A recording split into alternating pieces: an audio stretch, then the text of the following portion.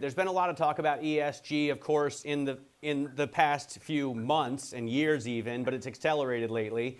And last night, Natixis said it plans to stop financing projects linked to shale oil and gas. This I find extremely interesting, as so many are protesting the ECB's, brown bond investments here.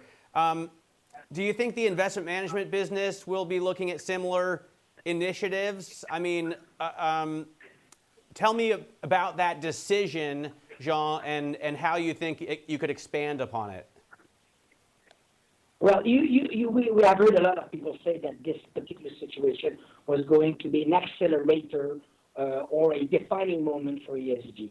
As I said before, in another context, we always think that the world after will be very different than the world before. I think we'll see an evolution, probably a lot more attention to other parts of ESG than we had before, notably on social issues and governance. These are the things that we referred to, frankly, when we were at the UNPRI in September, which was in Paris, and we highlighted the fact that a lot has been said about environment. We also need to take into account the S and the G in ESG.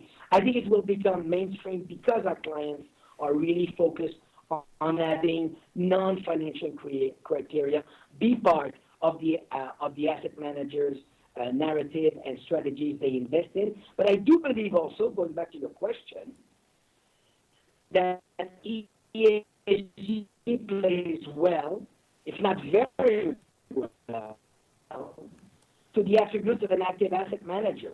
Because when you think about what ESG is all about, it's active engagement, it's analysis, it's also being able to walk with your feet, like by the bank, and that is not characteristics you really see in most passive asset manager or in most passive products, except if they're narrowly defined.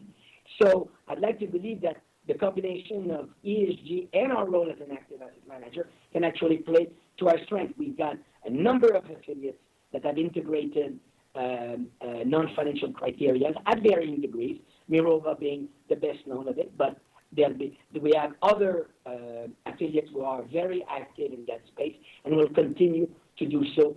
And I think it will accelerate the adoption also of that narrative in the United States. Europe has been a leader, but increasingly the U.S. is focused on it, and also is Asia.